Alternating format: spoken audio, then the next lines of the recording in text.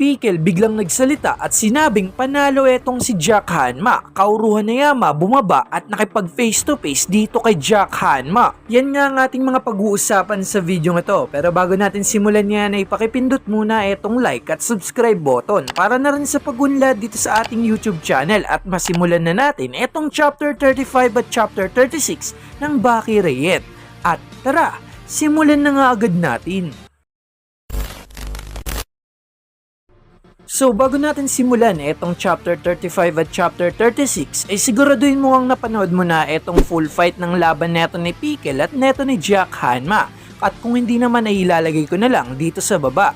So simulan na nga natin dito sa chapter 35 na may pamagat nga na Like Lovers at dito nga ang cover ay etong si Baki Hanma at dito nga sa first panel ay kagad niyang pinakita etong naghihiyawang mga tao dahil nga pinupuri nila etong si Jack Hanma o ang lakas nito at dito nga kahit wala pang decision etong mga judge na panalo na talaga etong si Jack Hanma ay diniklara na nga neto ni Jack Hanma mismo na siya ang panalo sa laban at ang lahat nga ng ingay o cheer nga na naririnig neto ni Jack Hanma dito sa Underground Arena ay nilalasap niya nga ito. At kung maalala nyo nga itong sinabi ni Jack Hanma kay Sukune na gusto niya nga daw ng mga manonood. Kaya naman ito ang pinakaaantay talaga neto ni Jack Hanma pagtapos ng isang laban. At habang nilalasap at pinifeel pa nga neto ni Jack Hanma etong mga cheer ng mga tao ay laking gulat niya nga sa kanyang paglingon at pati na rin etong si Baki Hanma nagulat dito na kung saan paglingon niya nga mga tol ay nakatayo na nga muli etong si Pickle. At maski nga etong mga taong manonood ay nagulat dito sa pagtayo neto ni Pickle at ang commentator ngay napasabi na lang dito na ito na nga ba ang paggising ng tibay ng Cretacean at dito nga mga tol ay istan nga etong si Jack Hanma kung saan gulat na gulat nga siya rito. Samantalang etong si Pickle nga mga tol ay dito ngay nakatingin kay Jack Hanma at nakangiti at ang buong crowd nga ng Underground Arena ay nalilito rito dahil matapos nga bugbugin neto ni Jack Hanma etong si Pickle ay nginitian lang siya neto dahil parang nga daw sa lalaking nagbigay sa kanya ng matinding sugat ay etong Cretacean ay binigyan lamang siya ng isang ngiti at dito ngay biglang nagtaas ng kamay etong si Pickle na kinagulat naman ng gusto neto ni Jack Hanma at etong kamay nga daw neto ni Pickle na may matutulis na kuko ay dahan-dahan nga daw papalapit dito kay Jack Hanma at eto nga daw ang pinaka-gentle na nakita nila ngayong gabi at dito na nga hinawakan din neto ni Jack Hanma ang kamay neto ni Pickle at tinitigan niya ito.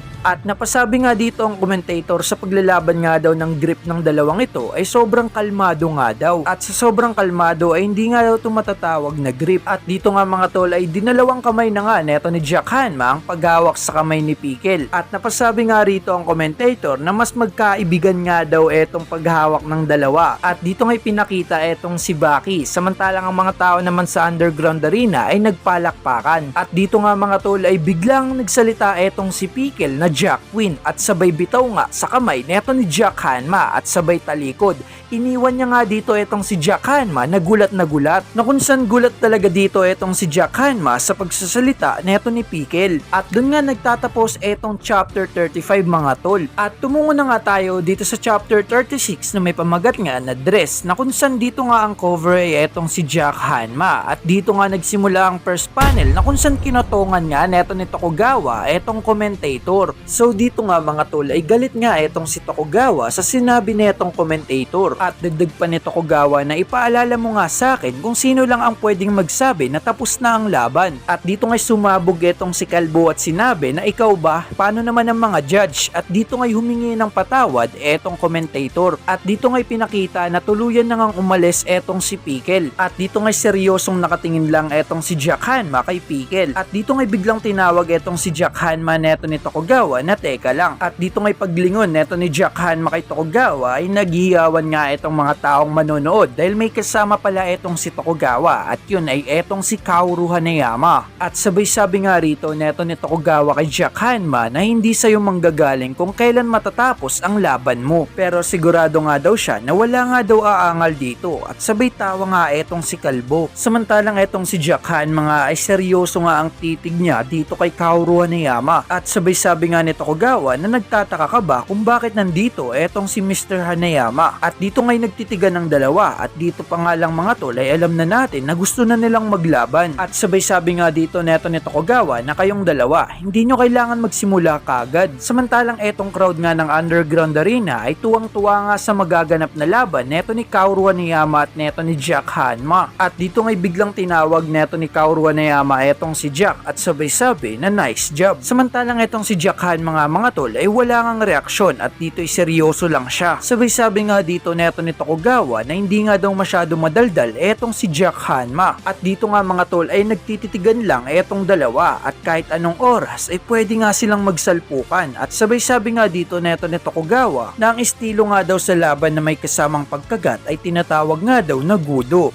At nakangiti ngang sinabi dito neto ni Tokugawa kay Hanayama na ano nga daw ang masasabi dito neto ni Hanayama. At dito nga'y kagad na sumagot etong si Hanayama na pakiusap, Mr. Tokugawa, wag mo ko tuksoin. Wala akong intensyon magkomento kung paano ginagawa ng iba ang mga bagay-bagay. At dito nga'y nakangiting sumagot etong si Tokugawa na ganun pala, wala kang interes sa pagkagat. At dito nga'y biglang nagsalita etong si Jack Hanma habang seryoso ang muka na syempre hindi sapat ang kanyang tapang, makikita naman sa kanyang pananamit. Samantalang etong si Hanayama ay hindi na nga sumagot dito. At dito nga'y nakangiting tinanong neto ni Tokugawa etong si Jack Hanma na hindi nga daw ba sapat etong tapang neto ni Kaoru Hanayama para sa isang laban. So grabe nga yung mga sulsul neto ni Kalbo, pag sinapakto ni Hanayama ewan ko na lang.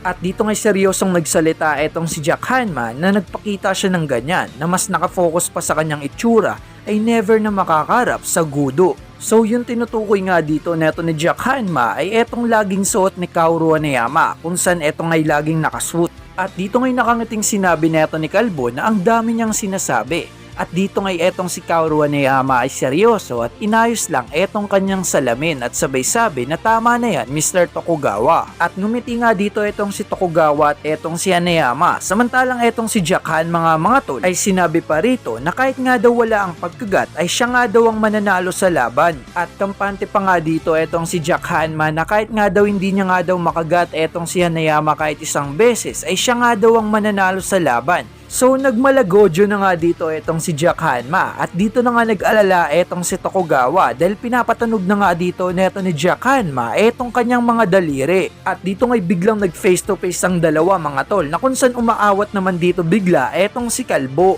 Samantalang etong crowd nga ay dun nga na hype mga tol at nang nagkakainitan na nga etong si Jack at Hanayama ay kinakabahan na nga dito etong si Tokugawa. At dito nga'y tinawag ni Jack etong si Tokugawa at dito nga sa last panel ay pinapakita pa din na pinapatunog pa rin ni Jack Hanma ang kanyang daliri. At dito nga yung pinakita ang Tokyo Dome at may nakasulat na this match. At dun nga nagtatapos etong chapter 36 ng Baki Reien. So sa chapter 35 nga ay pinakita sa atin na hindi talaga tuluyang natalo neto ni Jack Hanma at iniwan netong si Pickle na walang malay. Kung saan kabaliktaran nga dahil pinakita sa atin dun na matibay pa din etong si Pickle at ang kanyang pangangatawan na kung saan sumuko lang siya o tinanggap ang kanyang pagkatalo. Samantalang dito naman sa chapter 36 ay kagad sa ating pinakita etong next match up neto ni Jack Hanma against nga dito kay Kaoru Hanayama. At sana ngay nagustuhan nyo etong chapter 35 at chapter 36 na ating ni-review. At syempre bago tayo magtapos ay shoutout muna sa kanila.